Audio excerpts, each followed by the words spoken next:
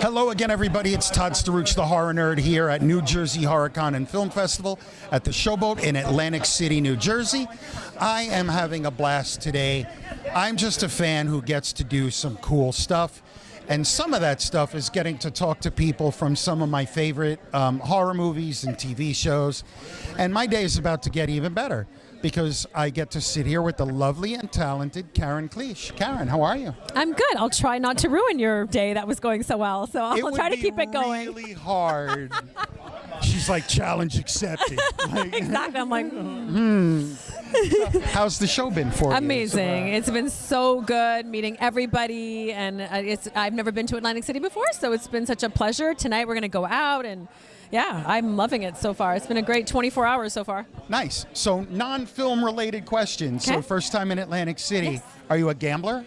I am not. Okay. I had beginner's enough. luck twice. I only do slots because that's all I know how to do. And then the first two times I ever did that, I won like $400 each time. And so last night I was like, watch this. And then it was just going down and I lost $60 in 10 minutes. I was like, this sucks. Bye. So no, I'm not a gambler. Don't feel bad. I got cooked yesterday at the casino I got cooked too. But wink, wink. Yes. Sorry. I see what you did there. Sorry. There's going to be many, many of these. Listen, I love a fun interview, so I can already tell this is going to be great.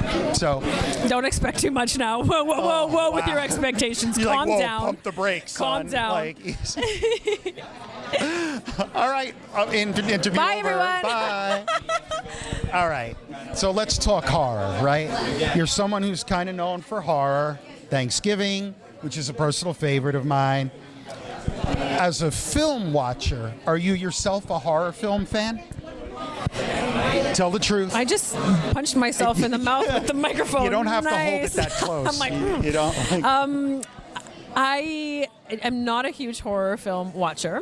I was when I was younger, for sure, because I grew up in like the Nightmare on Elm Street and the Freddy's, for sure. I love that. But as I get older, I am a huge fan of actual real true crime. So I much prefer documentaries that are about real life murders and stuff like that, which I don't know what's worse, being into that stuff that's actually real. But I think it's because I'm an actor. When I see horror, it's almost like I can't, it's not that I don't take it seriously, it's because my actor brain turns on. So I like watch it, but I'm like going, oh, there's the fake blood, and oh, how did they do that? Whereas with true crime, I'm like, holy shit, this is real. You know what I mean? So I can really escape more into that. But my first horror was 15 years ago, Saw 6. So that was my first kind of intro into horror, and then with Thanksgiving, and I absolutely love acting in horror. So yeah, cool. Definitely my favorite genre to act in, 100%. So speaking of Saw, does it ever surprise you the longevity of that series and how much the fans are into it?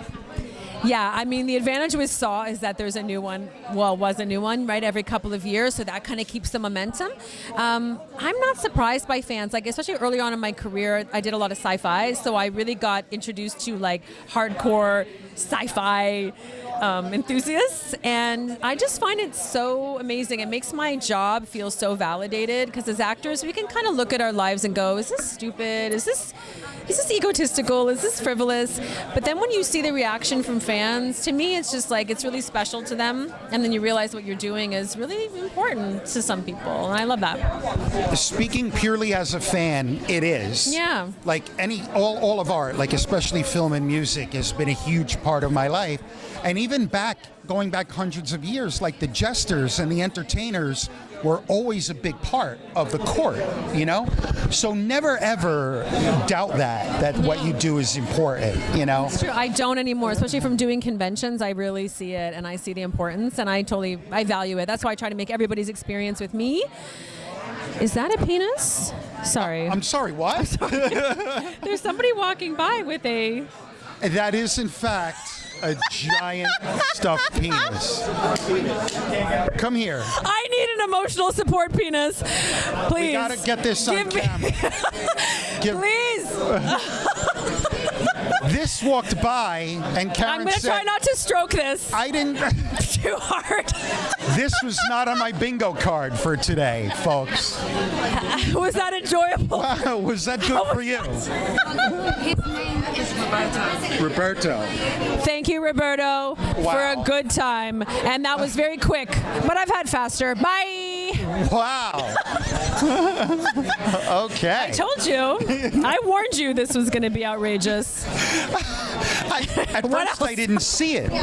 I was looking at you, and all of a sudden you said, "Is that a penis?" And I'm like, I got nothing. I'm like, I can't. I don't know what to do with that. That is so funny. Oh my God, your face is so red right now. It's amazing. This is the best interview ever. Thank you.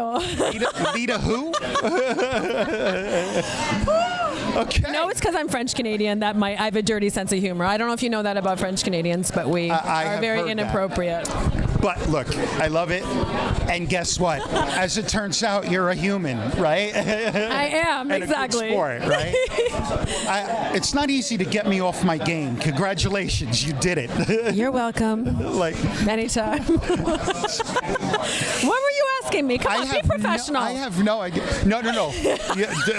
Professional. I don't know who you thought. I thought maybe you thought Dan Rather was sitting down. Oh, right. Okay, so then go ahead. You do you, boo. It's just me.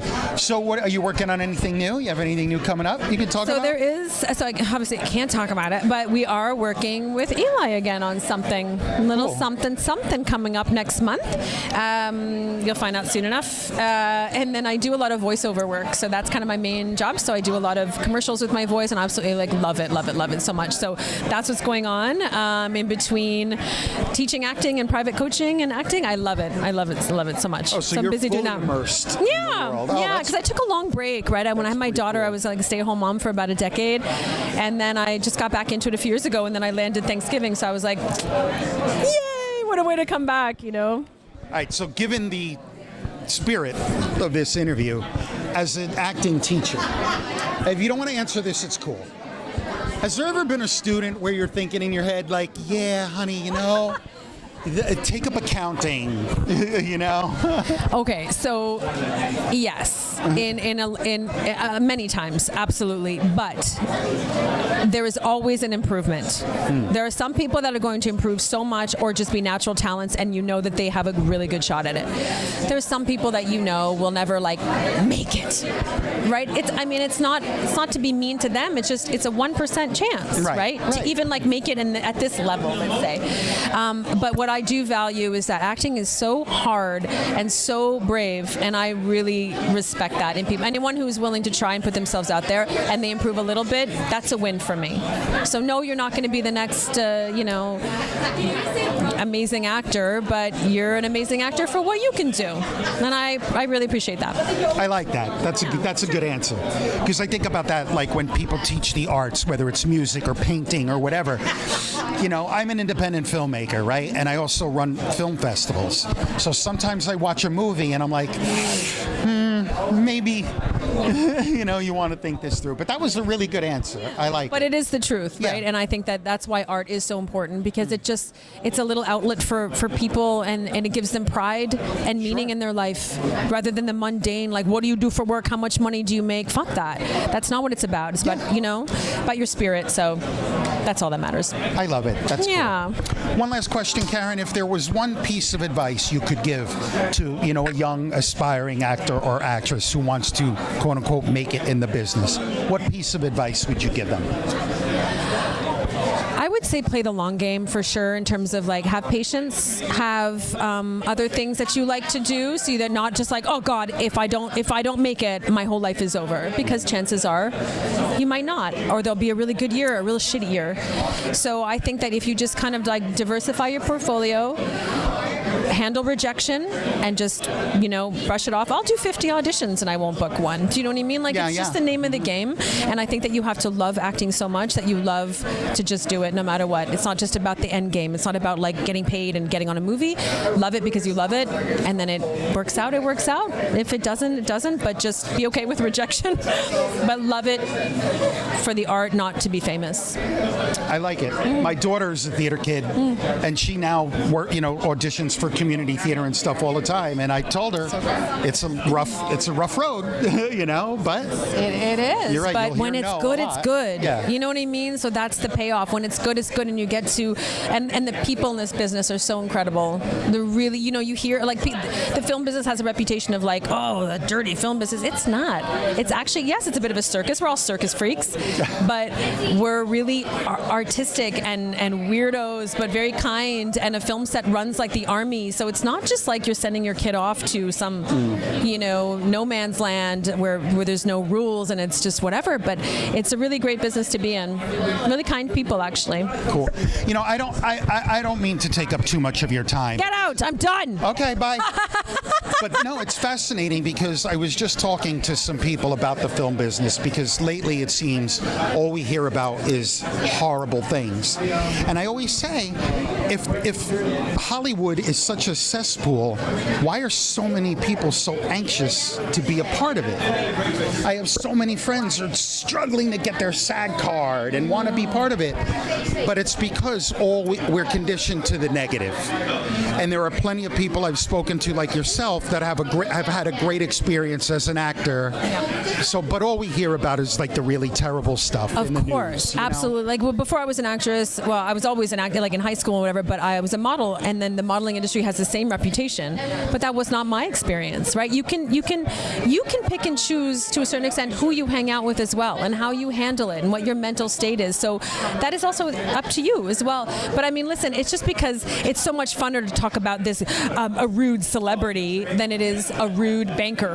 Right, yeah, that's right. There's rude. There's a lot of crazy shit that happens in regular jobs too, but just no one cares about it. That's why. So I think it's the same percentage of jerks in the world. You just hear about it more in this industry. I think you're right. Mm-hmm. Awesome. Cheers.